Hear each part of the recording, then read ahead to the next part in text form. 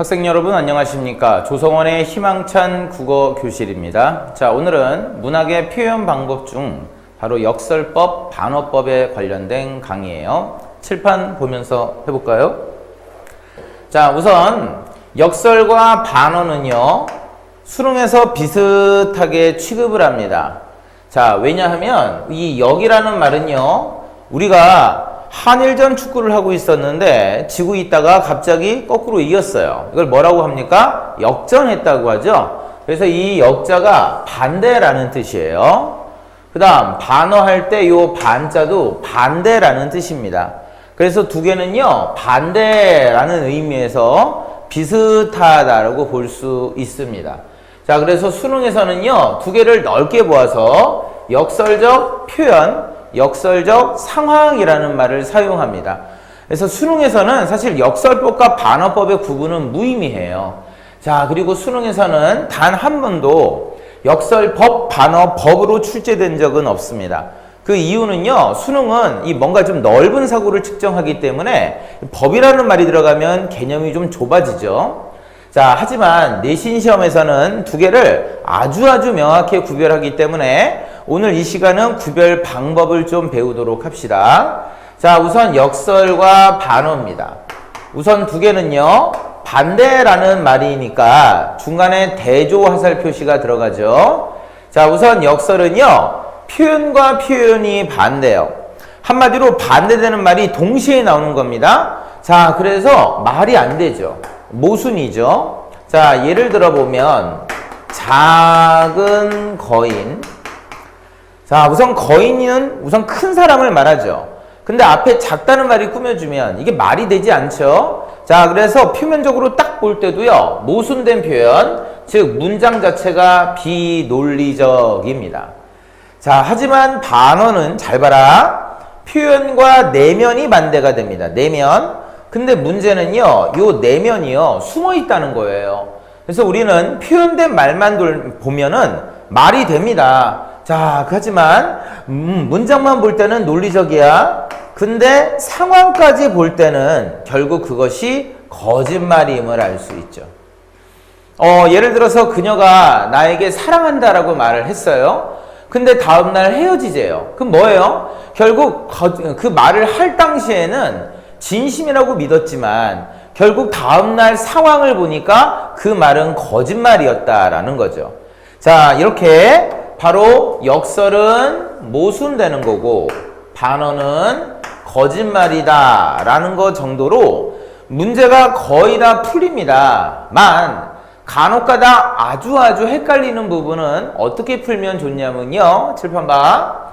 자, 역설은 이 모순된다라고 했잖아. 이 모순되는 말이 대체로 붙어 있어요, 여러분. 그러니까 반대말이 이렇게 붙어서 나오는 거는 역설입니다. 하지만 반어는요, 바로 거짓말임을 암시하는 말이 대체로 떨어져 있어요. 그러니까 이게 왜 떨어져 있나 생각을 해보니까 작가가, 자, 이제 내가 거짓말을 할 거다라는 걸 표현하고 싶은데, 만약에 표현을 안 하면, 내면을 표현을 안 하면 결국은 진심이잖아. 나 이거 거짓말인 걸 알려주고 싶거든요. 그럼 언제 알려줄까요? 나중에 알려주는 거예요. 나중에야. 자, 그래서 표현된 거와 이 진짜 이 내면이 떨어져 있다라는 겁니다. 이해합니까, 여러분? 자, 그러면 관련 문제를 통해서 한번 봅시다.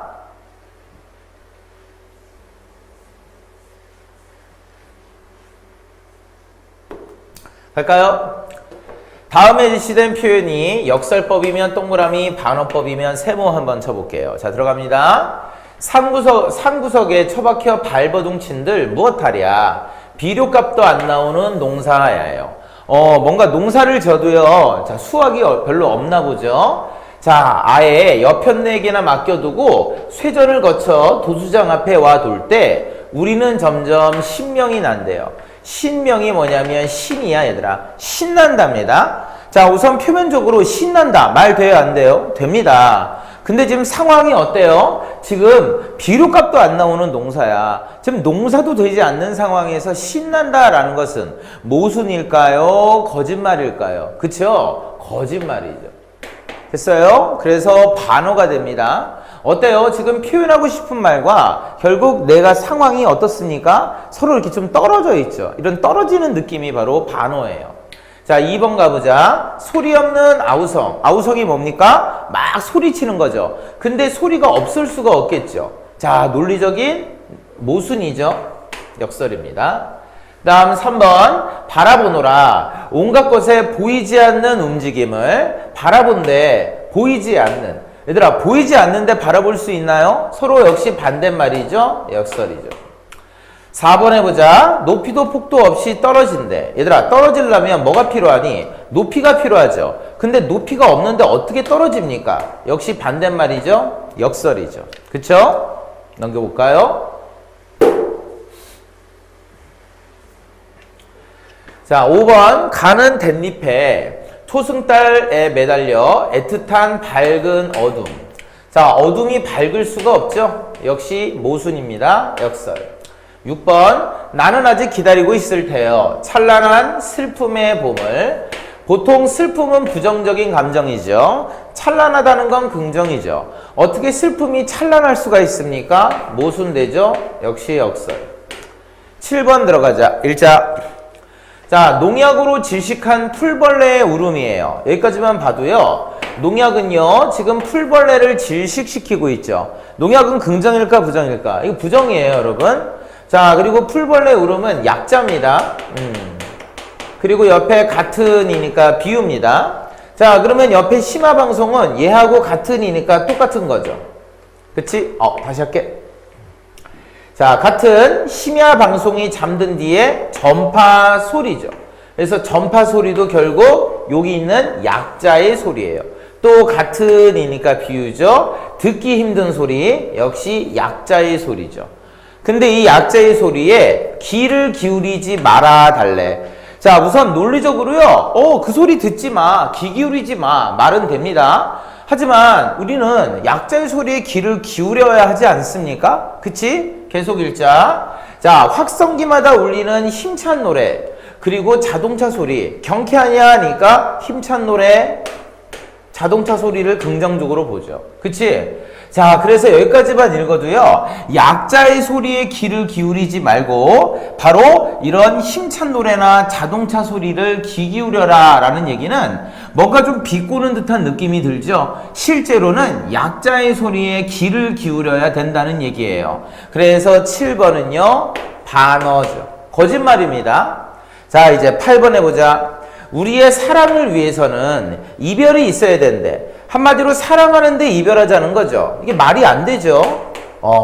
역설이죠. 넘겨볼까요?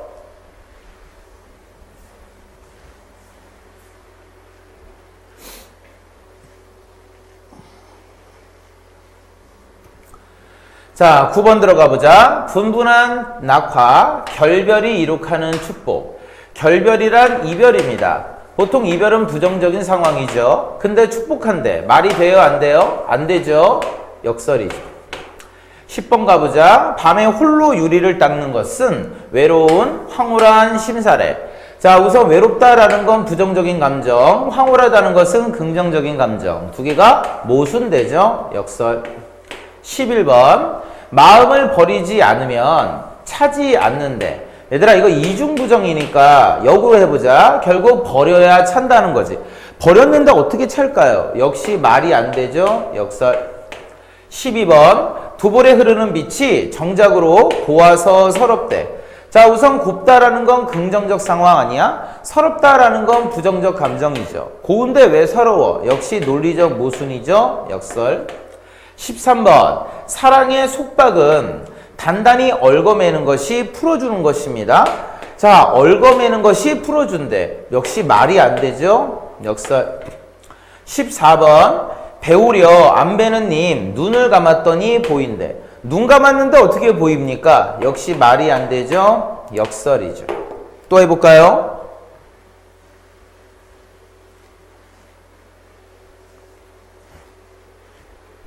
(15번) 가보자. 자, 먼 훗날 당신이 찾으시면 그때입니다. 그때가 언제일까? 바로 먼 훗날입니다. 미래예요, 미래. 자, 미래에 내가 뭐라고 얘기합니까? 잊었노라 라고 얘기하네요. 계속 당신이 속으로 나무리면, 즉 나무랍니다. 어떻게 나를 잊을 수 있어요? 그때 또 뭐라고 합니까? 무척 그리다가 잊었노라. 사실 바로 잊은 건 아니에요. 당신을 좀 그리워는 했어요. 그래도 당신이 또 나무라면 믿기지 않아서 잊었노라 합니다. 자, 근데 문제는요, 오늘도 어제도 안이 있고 먼 훗날 그때입니다. 그럼 이때 먼 훗날은 언제일까요, 여러분? 미래죠. 그러면 잊었노라 라는 것은 사실은 진실이에요, 거짓말이에요? 거짓말이죠. 왜? 그때 가서야 잊을 거니까 지금 잊었다 하는 것은 거짓말이죠. 자, 그래서 사실은 잊지 못했다인데 잊었다라고 거짓말하니까 15번은 반어죠. 자, 이제 16번 가보자. 내 이름에 외로운 눈부심. 자, 우선 외로움은 부정적 상황, 눈부시다는 건 긍정적 상황. 서로 반대되죠? 역설이죠. 17번입니다. 괴로웠던 사나이 행복하네. 어떻게 괴로우면서 행복할 수 있을까요? 역시 모순되죠? 역설이네요. 계속해 볼까요?